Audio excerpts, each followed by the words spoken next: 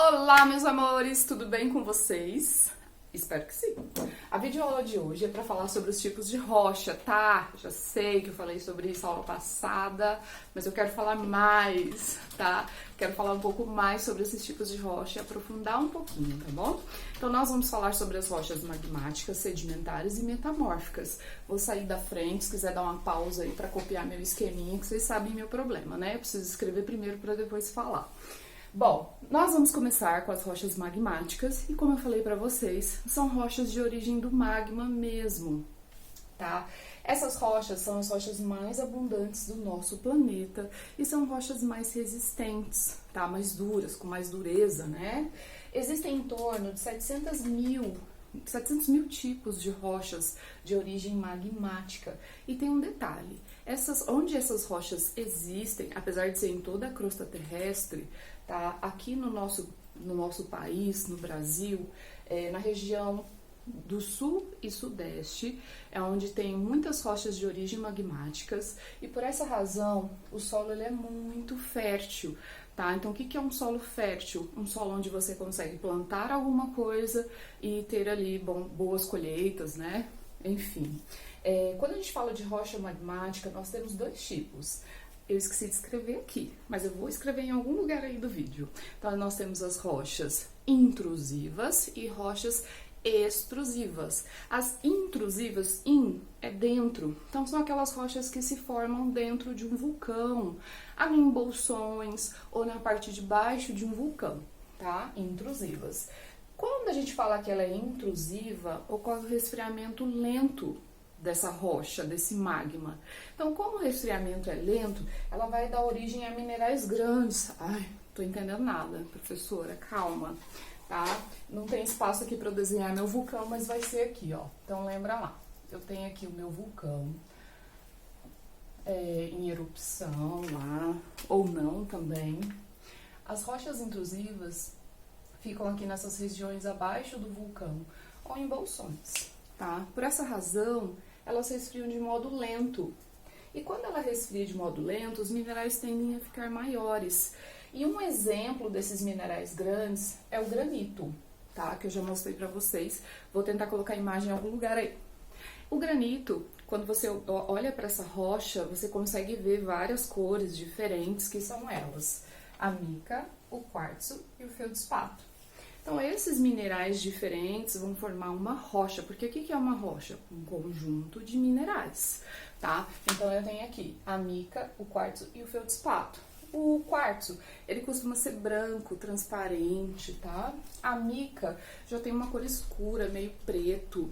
E o feldspato, ele varia para verde, cinza e até mesmo marrom. É daí que vem os diferentes tipos de granito, tá certo?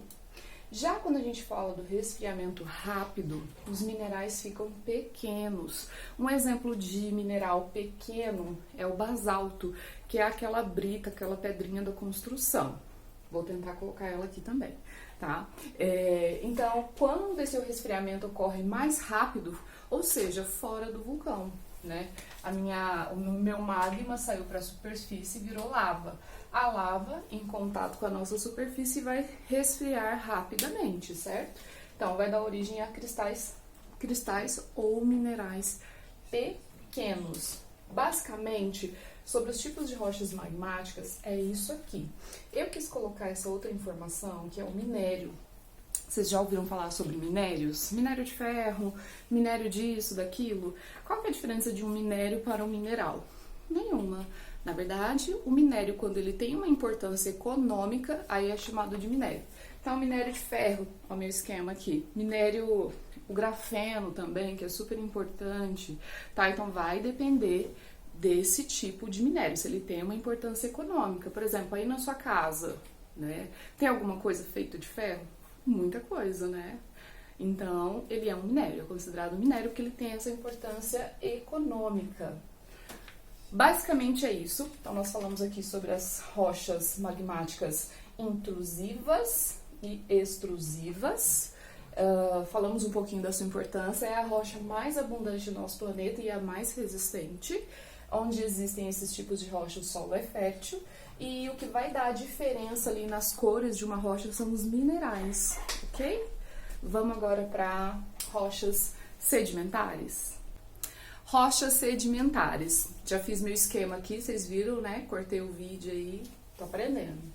Turma, rocha sedimentar, ela se forma através de sedimentos. O que são sedimentos? São fragmentos, pedacinhos, fragmentos, né? Essas rochas são as rochas mais recentes do nosso planeta e menos resistentes, tá? Porque, como elas são formadas por camadas, é como se fosse mais fácil de quebrá-las, tá? Por serem formadas por camada.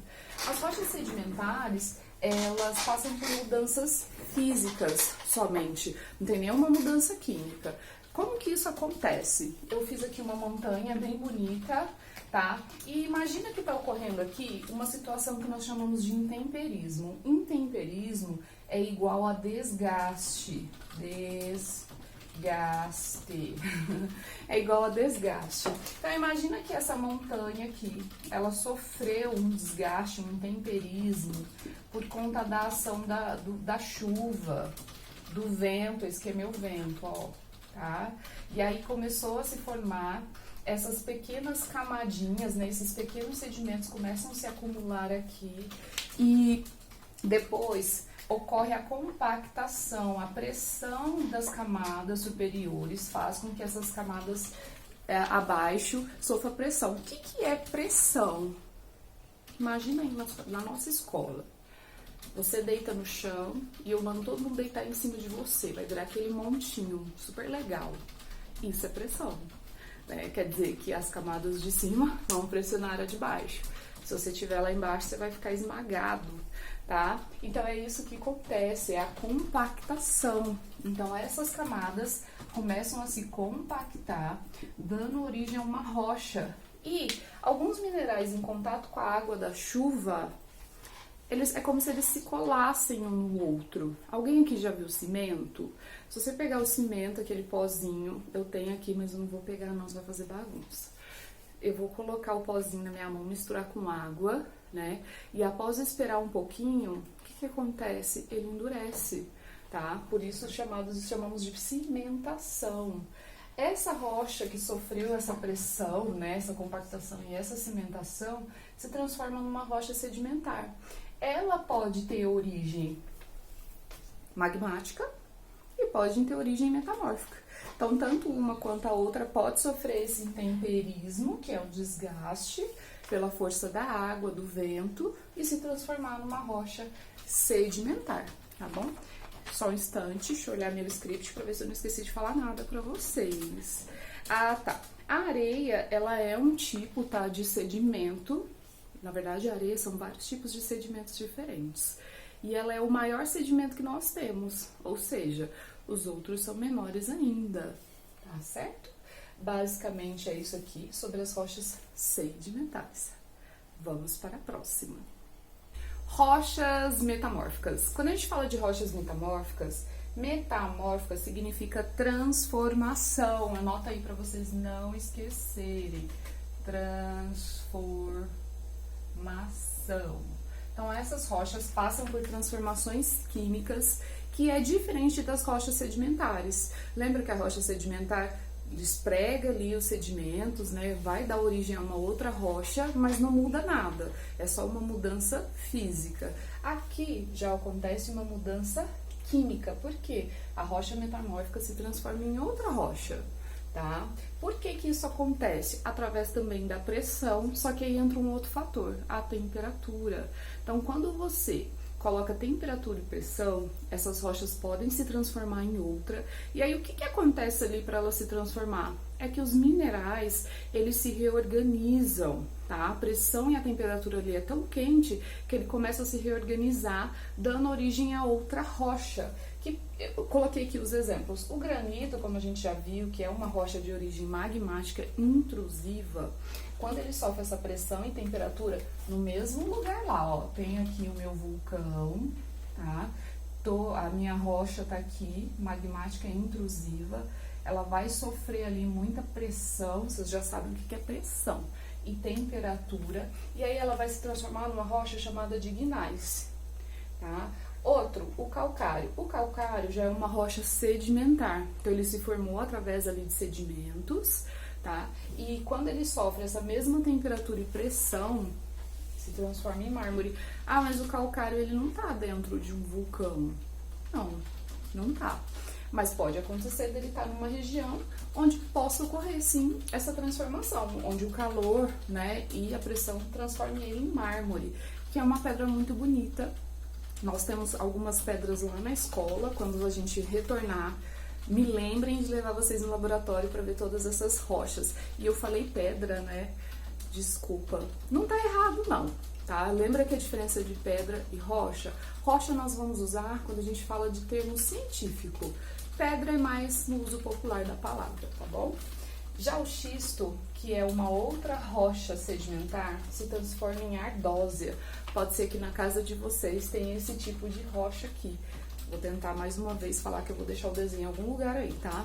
A ardósia é muito bonita, tá? Eu particularmente adoro. Então, essas transformações químicas fazem com que um tipo de rocha se transforme em outra. E aí nós temos um ciclo. Ficou meio apertadinho o meu ciclo, mas é só para vocês entenderem. As rochas magmáticas de origem vulcânica, né, que podem ser intrusivas ou extrusivas, elas podem se transformar em sedimentar quando elas sofrem intemperismo. O que é o intemperismo? Desgaste pela ação do vento e da chuva. A rocha sedimentar, se ela estiver numa região onde ela sofra temperatura e pressão, com a temperatura e pressão, ela se transforma numa rocha metamórfica, certo? Já a rocha metamórfica se transformou ali por pressão e temperatura, se em algum momento ela começar a se sedimentar, né, começar a se fragmentar, ela pode se transformar numa rocha sedimentar. Vocês percebam que é um ciclo. Agora, para essa rocha se transformar em magmática, teria que acontecer o seguinte: a rocha sedimentar e a metamórfica, por algum processo, voltar ali para o interior do planeta, ser aquecida, derretida ali junto com o manto, né? E aí sim ela voltaria à origem magmática. Esse processo ele acontece no nosso planeta, só que ele leva milhões e milhões de anos, né? Então a gente não consegue acompanhar essas mudanças, certo? Então assim, basicamente é isso aqui sobre os tipos de rocha. Eu vou passar uma atividade bem legal lá pra vocês. Quem tiver dúvida é só me chamar, tá bom? Estarei lá no nosso grupo para tirar dúvidas de vocês. E, gente, morrendo de saudade, viu? Um beijo, tudo de bom.